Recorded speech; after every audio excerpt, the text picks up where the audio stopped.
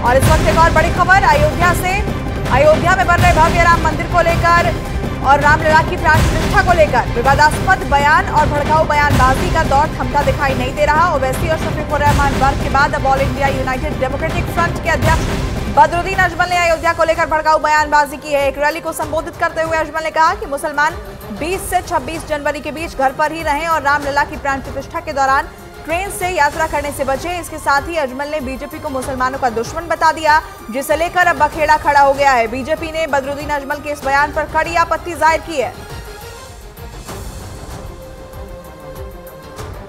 और अब आपको दिखाते हैं कि आखिर बदरुद्दीन अजमल ने क्या कहा, जिसे लेकर अब विवाद बढ़ता जा रहा है। सबसे पहले बदरुद्दीन अजमल ने यह कहा कि मुसलमान 20 से 26 जनवरी के बीच घर पर ही रहें और रामलला की प्राण प्रतिष्ठा के दौरान ट्रेन से यात्रा करने से बचे। ये पहला बयान उनके सामने आया। और इसके साथ ही उन्होंने ये भी कहा कि बीजेपी मुसलमानों की दुश्मन है, मुसलमानों के मदरसों की दुश्मन है, अजान की दुश्मन है और महिलाओं के पर्दे की भी दुश्मन है। ये दो बयान उनकी तरफ से सामने आए, जिसे लेकर अब विवाद जो है वो गहराता दिखाई दे रहा है।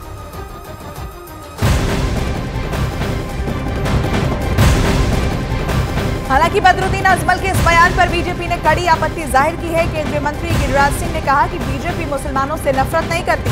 बीजेपी सबका साथ, सबका विकास और सबका विश्वास के मंत्र को लेकर चलती है और सभी धर्मों का सम्मान करती है।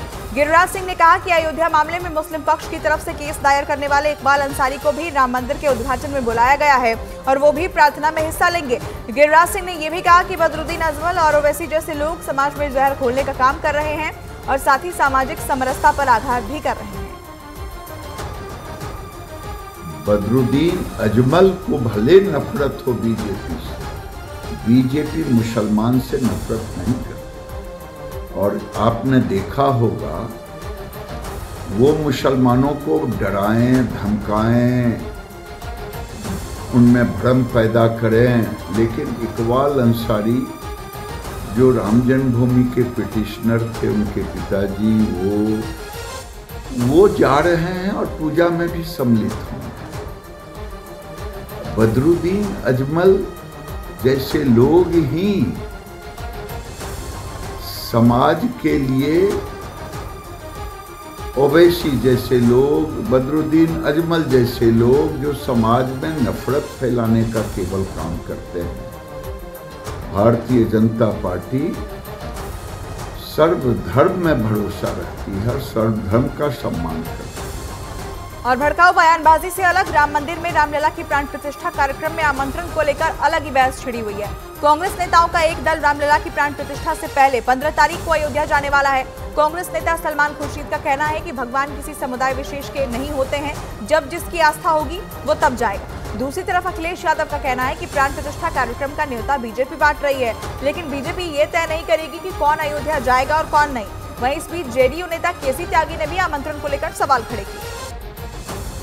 आस्था से भगवान बुलाते हैं तब लोग जाते हैं, जब अल्लाह बुलाता है, वाहे गुरु बुलाते हैं तो लोग जाते हैं, जब वो होगा तो जाएंगे। ठीक है। जिस तरह से सेलेक्टिव होकर के और सेलेक्टेड तरीके से लोगों को बुलाया जा रहा है, आमंत्रित किया जा रहा है, वो आपत्तिजनक है। बीजेपी के लोग ये कह रहे हैं कि जिसके पास निमंत्रण होगा वही आएगा। हमारा पक्ष ये है कि भगवान जब बुलाएंगे तो वो बीजेपी भी नहीं रोक पाएगी। और अगर आपका, हमारा, किसी का मन करे कि आज भगवान की इच्छा है हमें देखने की, तो क्या हमें कोई रोक पाएगा? सर एक आखिरी क्वेश्चन। तो ये सवाल ये है कि भारतीय जनता पार्टी कैसे तय कर सकती है किसको बुलाना है, किसको नहीं बुलाना है।